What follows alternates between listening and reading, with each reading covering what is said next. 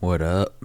So, the other day at work, I seen a bird on a fence, and I went to go take a picture of the bird, but all of a sudden it just flew away. I was probably sitting there watching the bird for like 15, maybe 20 minutes on my break, but as soon as I took out my phone to take a picture of him, he flew away. I had gotten two budgies, little parakeets, and I thought they were the cutest little things ever. But after about 2 weeks, I kind of felt like, I wanted like a smarter bird. Parakeets are a little dumb. Sorry to all the parakeets out there. Basically, the budgies they weren't cutting it. I wanted birds that could do like cool tricks and stuff, and they were pretty smart, but I mean, not as smart as like a parrot, like an Amazon parrot or whatever. So I had wanted, a smarter bird, obviously, but I'd done a bunch of research. I knew about the prices, everything like that. I told my mom, "Hey, we should get this bird. We should get like a smart bird, like a bigger bird." And she was like, "Well, that sounds cool, but I don't really want to spend all that money because it's a big commitment. They live a long time, that sort of thing." So I was like, yeah, that makes sense.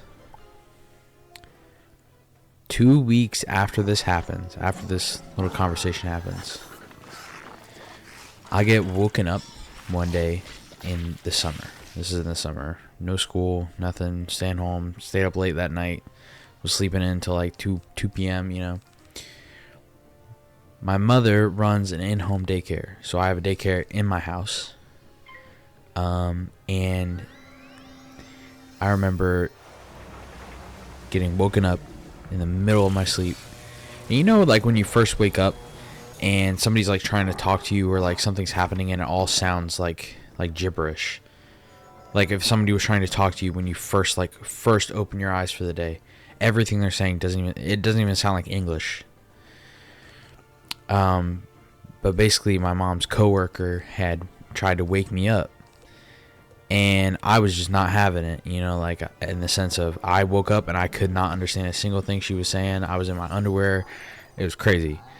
And then I finally, I caught what she said after 45 seconds of me after I woke up. And she was saying, "Oh, there's a bird outside." And I'm kind of sitting there I sure hope there's birds outside. You know what I mean? Be kind of weird if they all just... And she's like, no. Like a pet bird. And I was like, "A pet bird?" She says, yeah, this is like a pet bird. He's sitting here and he's just chilling. I was like, okay. So I throw on some clothes. I walk outside. Man, so freaking hot outside. So freaking hot. But I remember walking outside, and within 30 seconds of being outside, I started fucking sweating. And I go out, and they're telling me, "Hey, look in the tree," and there's a big tree in my backyard. And so I look up, and in the tree, there is a green-cheeked conure. That's so weird, because green-cheeked conures are a little smarter than budgies, but actually a lot smarter, and they're a bit bigger, and they live a lot longer. And he's just sitting in my tree, and I'm like, where the hell did this bird come from? And so I walk inside and I grab some of the millet that I had, and I was just holding it out up, and he's up at the top of the tree, and he sees it, and he climbs all the way down the tree. And he gets close enough that he starts eating the millet out of my hand, and I'm like, holy crap. This is a domesticated bird. That's so weird. And so I was holding him. I was holding the millet for him, and then I was like, "Well, I gotta get him inside or something, because if he's a pet bird, I don't want him flying around, and then he ends up dying or something." So I decided to grab him, and I don't know if it was because he was tired from flying, or if he was just because he was so hungry, or maybe he was just that domesticated. He let me just grab him all the way around his body, hold his wings so he didn't hurt himself or try and fly away, and he was just eating out of my hand. I was holding the millet with one hand, and I was holding him in the other. And I took him inside, and I I put him in like a little shoebox. It was temporary, and I fed him a banana. And when I opened that box, it seemed like a fucking, like, I don't know, like a banana massacre had happened. There was just banana all over the sides of the shoebox, everywhere. And there was like banana all over his face and everything like that. And so from that moment on, I named him Banana. I ended up taking care of Banana for 3 months while we tried to look for like any owners or anybody, like sanctuaries or anything, because he had a little clip on his foot, and we couldn't find anybody. And you know, we sent that out the first day, sent it out a week later, another week later. For 3 months, we tried to look for owners, and we couldn't find any. And so I just decided to take care of the bird, and I did a lot of research while I had him.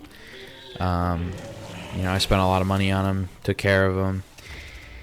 And yeah, no, he was a great bird. He was very domesticated. He would, anytime you would open the cage, he would instantly want to fly and land on you, which is great, super fun. But then eventually I was like, well, I should get him a friend, because I started, I went back to school that summer, like after summer was over, and I was like, well, I'm not really playing with my bird or seeing him much, so I think he needs a friend. So of course, naturally, I buy him a friend, and I bought it from a breeder. He was a very healthy baby. I bought him when he was a baby. And I named him Melon, because I thought that was funny. Well, first one's Banana, next one's Melon. Was the first food he ate when I got him melon? No, but it was like one of the first, so I mean it counts. But yeah, Melon. I got Melon as a friend for Banana, and then about a year later, after I got Melon, Banana did pass away. It was a very sad day. I kept one of his tail feathers and one of his wing feathers to always remember him. It was a very sad day, and I was finally able to look at the clip on his foot, and I had found out that he was actually already pretty old, so I'm thinking he died of old age. He didn't show any signs of being sick. He kind of just came home one day and he was kaput. But now I still have Melon. I love Melon. I took him out the other day. He bit me a little, but it's okay. It happens, But yeah, no, I just thought I should tell you this story just because I thought about it at work while staring at a bird on a fence. And I don't know, it just reminded me of my birds. And I feel like there's like kind of like a little lesson in that bird on the fence. I was in the moment with him for 20 minutes and I was just staring at him, watching him just be a bird, I guess. But as soon as I took out my phone and tried to record him, he flew away. Whether that was because my phone scared him or whatever, I don't know. You could say that. Or it was, life trying to teach me a lesson, I guess, of, be more in the moment, worry less about recording it. But, hey, maybe I'm just looking too much into it. Anyways, I'll see you guys.